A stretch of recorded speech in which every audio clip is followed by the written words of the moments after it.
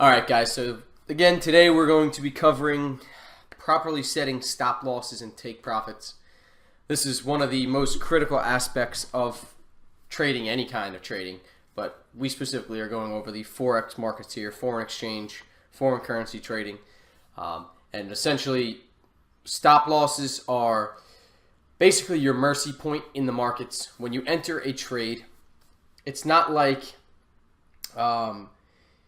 I'm going to use a gambling analogy here. It's not like you're playing blackjack or roulette or poker or any of those games. It's not like when you put your money into the bet, into the gamble, after the wheel spins and the ball lands on a number, that round's over. Whatever you risked is either gone or you get it back and it's over with. When you place a trade, your money is live in the markets and it doesn't stop for you. That is one of the reasons trading is as psychologically difficult as it is. When you enter a trade, there is nobody and nothing that is going to stop the trade until either everything's gone in your account or you get in there and manually stop the trade yourself.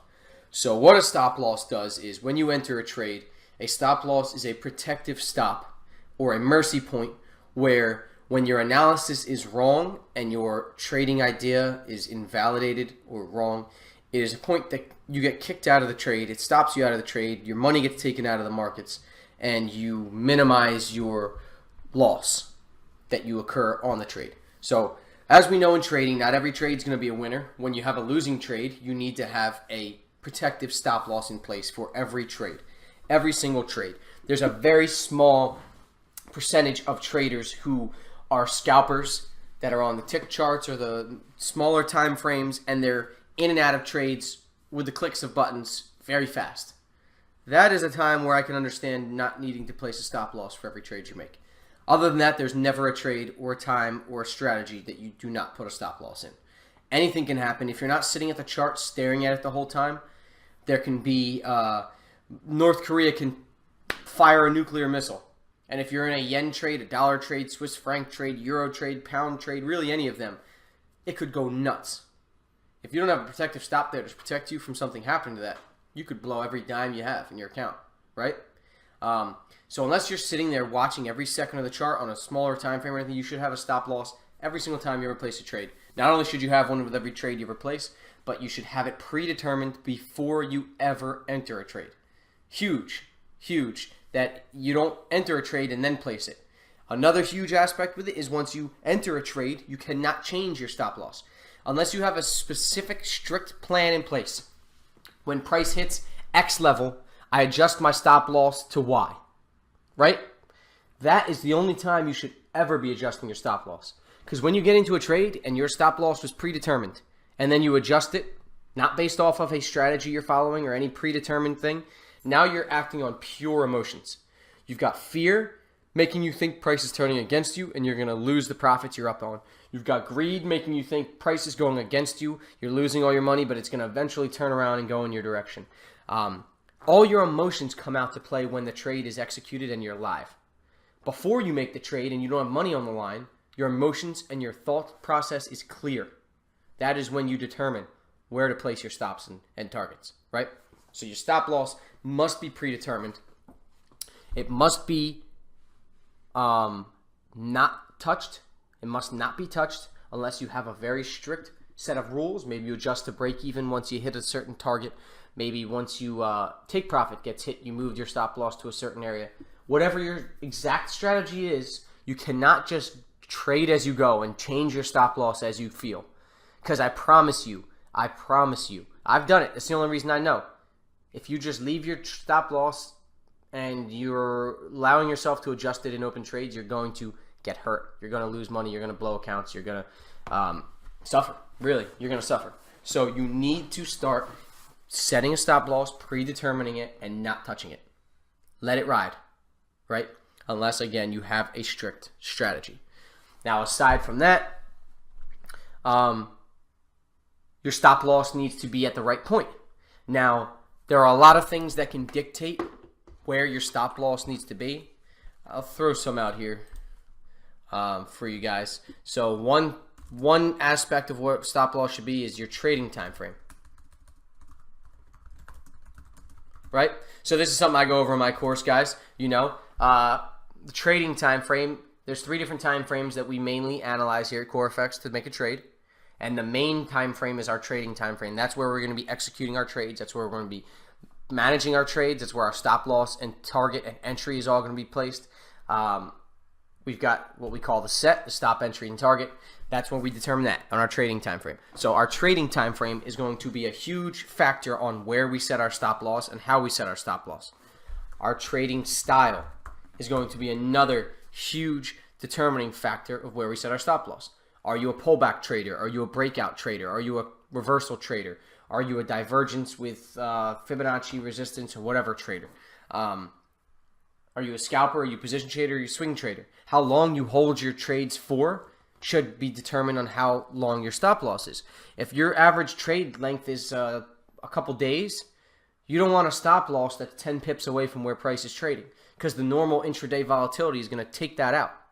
You need to have as many different factors on your side with every aspect of trading, and stop loss is a huge one of them. Your pair you're trading is going to determine it, right? So if I'm trading the pound yen versus the euro dollar, I need to have totally different pip size stop losses. They're going to be totally different moving pairs, and they're going to need totally different size stops. If I have a 10 pip stop on euro dollar, that doesn't mean if I'm trading a similar setup on the euro pound, I need a 10 pip stop loss. It's most likely going to be a 60 pip stop loss as opposed to the euro dollar. So every pair you trade is going to have different stop losses. This is where our average true range comes in. CoreFX traders know that, right? This is where when we switch pair to pair, we use the average true range to help set our stop loss, because each pair moves differently, and that average true range helps us identify how many pips the pair we're looking to trade moves on average, right? Another thing that is like something you need to factor in with setting a stop loss is your technical analysis, right? So are you using your market structure, trend lines, Fibonacci's, moving averages, chart patterns, candlestick patterns? What are you using to set your stop loss? And that's another thing that is going to have a factor in it. If you're trading support and resistance as your main trigger, and you have 4 other things going on, but that's your main point of entry, your stop loss needs to be based off of how far that support or resistance zone is from entry and where that support and resistance zone ends. So what these all come down to, that makes the most important aspect of what we do with our stops, is going to be the concept behind setting a stop loss is this. Set your stop loss where your analysis is wrong, right? So what does this mean? If I'm trading a pair and I'm trading it long, my stop loss needs to be not where I would lose $50 and don't want to trade anymore because my account's taking too much of a hit. Not where I run out of margin and my position's closed because the brokers cut my margin. I was risking too much percentage of my account. Not where, you think a certain pip amount you want to lose per trade is. No, you need to set your stop loss where your analysis is wrong. Okay, so if you think you're setting this trade based, the easiest way to show you guys this is by diving into an example. Okay, so let's say we're trading this euro dollar. Price is in an uptrend like we see here, right? We've got price here setting higher highs, higher lows, right? We've got structure being made. Now, price comes down, sets this higher low, which is retesting this higher low, right? So we've got structure in here, broken and retested. Now, if I'm trading this long, price comes down here, finds support, right? We got a spinning top candle, indecision candle. We found support in this zone. What I want to do is I want to set a stop loss that's going to say to me, okay, if price goes to here, wherever here is, my analysis of being long on this trade is invalid. So if I think I want to be long on this trade, as long as market structure holds, this low holds, bounces, As long as price trades above this zone, I want to be long, then that's easy. I want to set my stop loss below the zone, right? This is the zone where, okay, if this price now, we're at this point, right? Right here is where we are when we're deciding on this trade. None of this has happened yet. I don't want to scroll the chart over so it looks horrible. None of that has happened yet. This is where we are right now. Price at this support, right? I want to determine, if I want to go long here, where would I be wrong in assuming this is a long position? What would price have to do for me to think I'm wrong? Now, based off this price action, based off this, you could even, whoops, forgot what tool I was using there. You can even throw a trend line in here. Based off this analysis, my trade would be invalid if price comes down and sets a new lower low and breaks this uptrend. It would be invalidating this trend line, it would be invalidating this support line, and it would be breaking market structure. So I want to get out when this comes down and sets a new low, right? That is when I know I'm calling mercy because my long trade is not valid. So that's where we set our stop loss. If I'm trading, let's say I'm trading reversals. I see price came up here, failed to break above resistance. Here, failed to break above resistance. I want to go short now. Where would my trade be invalid short in this area? Where would price have to go for my trade to be invalid? I would put my stops up above this, up above the highs that price made here. Because if after this, I want to be a double top and fail to break resistance here. If price pulls back a little and then does this, well, looks like this is not a reversal. Trend's continuing, and that's just moving up to the upside and breaking out of this resistance, right? So that would be where my analysis is wrong. Now, you can apply this stop loss analysis being wrong to a number of different factors of trading, right?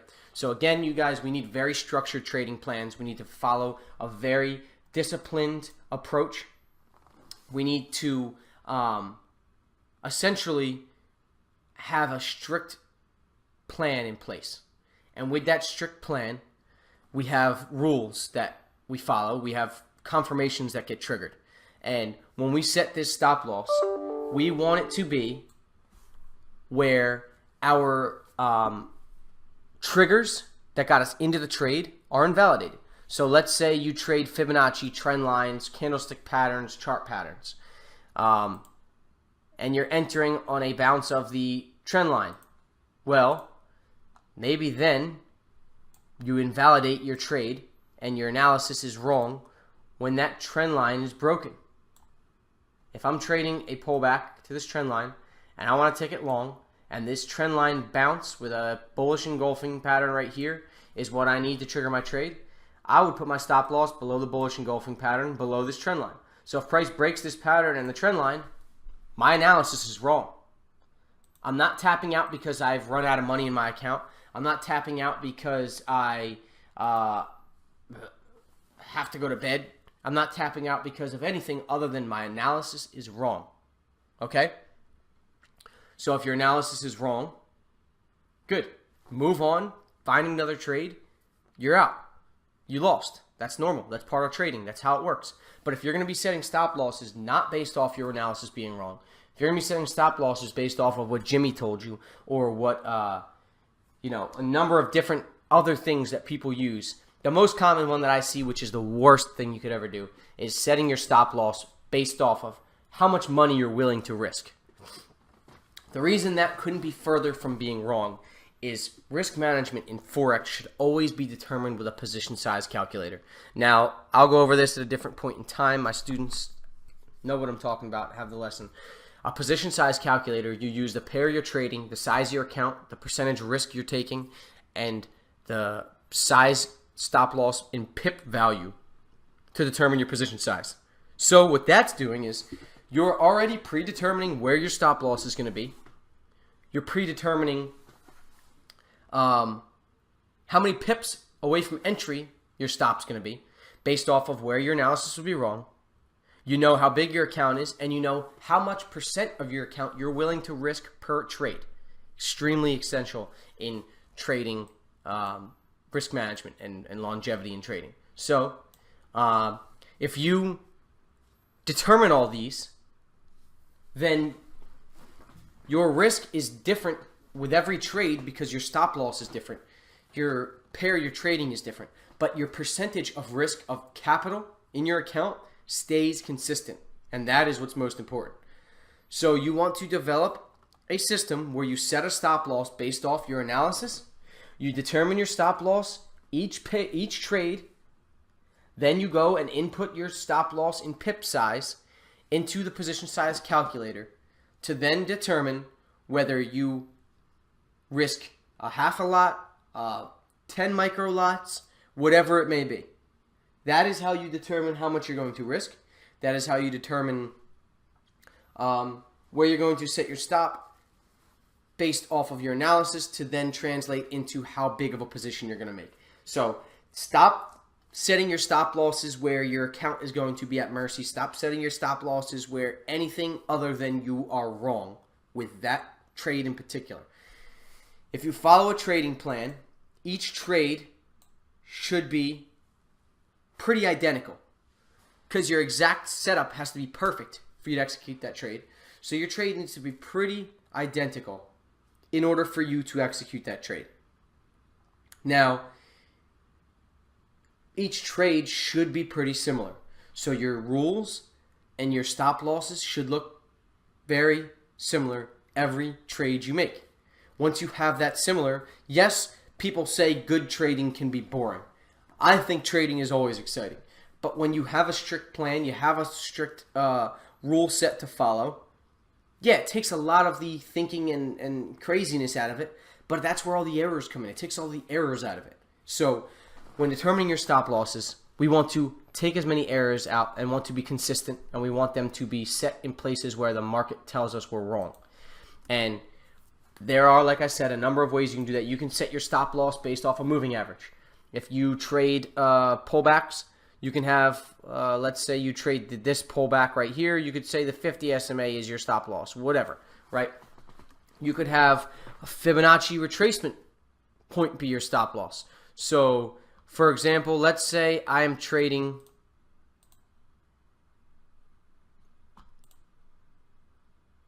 this pullback right here.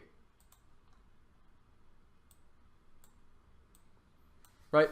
So let's say I'm trading this pullback right here.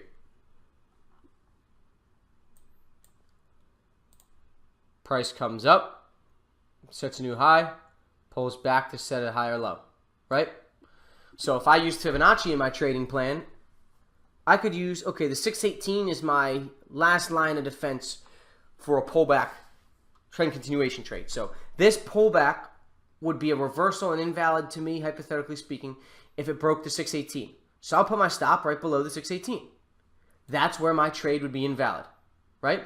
So what did price do? It held on the 50 SMA, never went down to break the 618, and we went up to set a new higher high, right? So your stop loss could be based off of Fibonacci. Your stop loss could be based off of market structure, right? My favorite is basing it off of support and resistance, which is also like market structure. So let's say price made a higher high, higher low, higher high, higher low.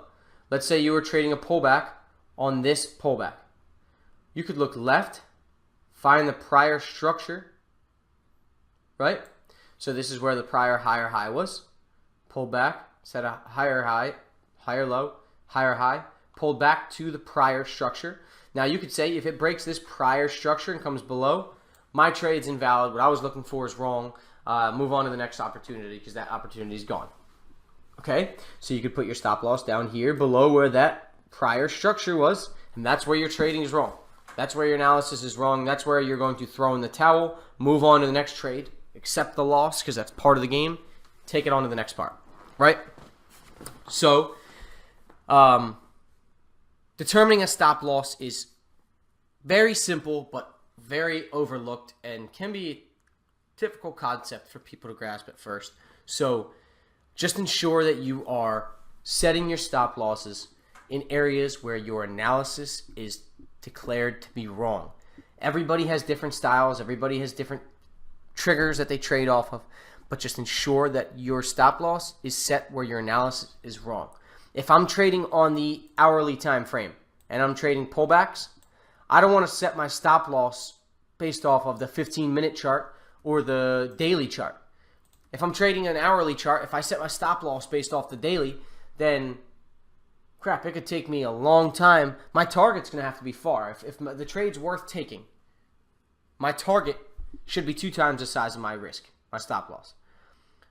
So if I'm setting a stop loss based off the daily and I'm trading the hourly, it's going to take me multiple days to hit my target, and I'm trading on the hourly. So why would I want to be waiting multiple days to hit my take profit if I'm trading the hourly time frame? You guys see what I'm saying? It doesn't make sense. You need the same trading time frame you're on to be the same time frame that you set your stops and your targets, because that is where you are going to have the realistic target. You're going to be able to determine where your stop loss is wrong. That's where you can keep results consistent. And the other thing with stop losses is you need to be able to track how they perform. So if you set your stop loss based off of support and resistance every time, if you're not journaling and tracking your stops over time, you have no way of knowing, oh, this strategy I would win 80% of my trades instead of 40% of my trades if only I used a wider stop loss. You know, my stop loss gets taken out all the time and then the trade goes in my direction. So if you're not journaling where you're placing these stop losses and being consistent with how you place them, you'll have no way of knowing how to fix it, how to improve your trading, and how to get better with placing your stop losses. A stop loss can be the reason your trading strategy is not working. If your stop loss is too wide, maybe you could be hitting targets faster because you could have a closer target. If your stop loss is too tight, maybe you're getting stopped off on normal volatility, just normal chop in price, and the clear, strong, clean moves in the market, you're totally missing. But if your analysis is accurate, your stop loss is just too tight.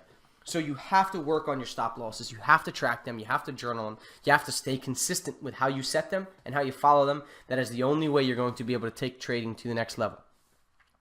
So with targets are a little bit less important. They are extremely important, but they're not as critical as your stop loss.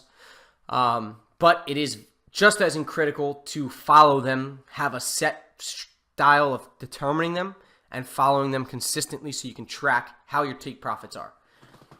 My rule of thumb, which should be most traders' rule of thumb, in my opinion, is that my target should be a minimum of 2 times the size of my risk, of my stop loss. So if I have a 30 pip stop loss, I'm only taking that trade if I have an achievable target of 60 pips or more, right? So what that means is it's a realistic target. It's achievable. It's something you could see price doing without much struggle, okay?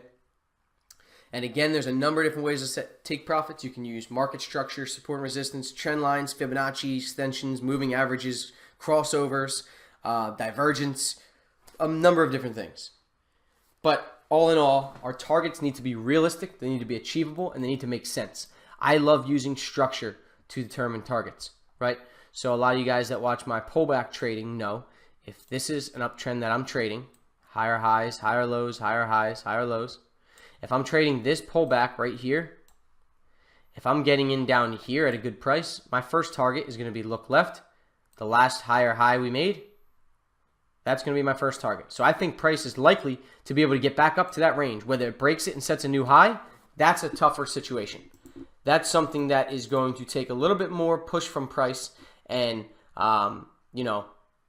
maybe I don't want to, maybe I don't want to necessarily look for that drastic of a price move. Maybe I want to just look for price to retest that high, just like I showed you guys there. So you want your targets to be realistic. You want your targets to be achievable. You want your targets to be in line with your stop loss. If you're setting your stop loss and your entry on the hourly time frame, you need to set your target on the hourly time frame. It makes 0 sense to set a target based off another time frame. 0 sense. Now maybe you trade the hourly, but you're trading it right around a daily level that you want to be your target. Okay, break it down to the hourly. Find where the best point in that daily zone is that you think you're going to hit. That's where you set your target. You want your target to be realistic. You want it to be achievable. You want it to make sense. You want it to be bigger than your stop. Right? So that is how we are going to approach our targets. We want to ensure that we have a target that makes sense, guys. I can't emphasize that enough. I see too many times charts with trades that look like this. Sorry, I always do this. Say I'm trading a pullback. I see all the time charts that look like this. Oh, I'm going to set 54 pip stop loss, and I'm going to set that as my target. There's my trade. Is that serious? Now, maybe you win 1 out of 10 trades, and the one that wins out of 10 is this big, so it makes up for all the 9 losers. But realistically, this doesn't make sense, right? We need to be realistic. Now,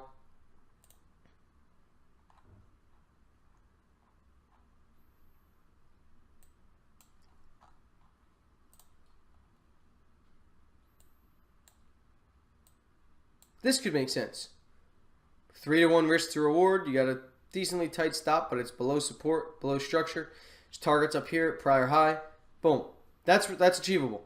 Entering a pullback here, having that tight of a stop loss, and being like, oh, I'm going to get to the monthly zone up here. That's not a realistic target. You need a target that is achievable in a reasonable amount of time. If you're trading the hourly time frame, you want that target to be an amount of pips that looks like it's achievable in a normal 3-4 hour move on the chart. I don't want to be trading something that's 200 pips away on an hourly time frame when the average daily pip range for that pair is 40 pips. Because that's going to take me 3 days to hit that target. I'm not trading the hourly time frame to wait 3 days for a target to be hit, right? Maybe the rare occasion that'll happen. You get a range-bound move, you get a lot of consolidation, whatever. But the typical situation, you want your time frames to agree. You want your trades to all be placed, the actual management, target, stop, entry, all to be placed in the same time frame so that it makes sense. You can identify easily where you want price to be and that there's an achievable time period in price hitting that area. All right? So that should cover it up here, guys. Going to go hop into the webinar here, take some questions and all. That should cover, though, the setting targets and stop losses. I hope that clears some of the air for you guys, gives you a little bit more direction. Go ahead and check out corefxtrading.com if you want to learn more about the exact ways I set my stops and targets. I share my exact trading plan, exactly how I go ahead and determine them, and a little bit more in depth. But this should be a great guide for you guys on how to find your targets, how to set stop losses properly, and hope you guys enjoy the video.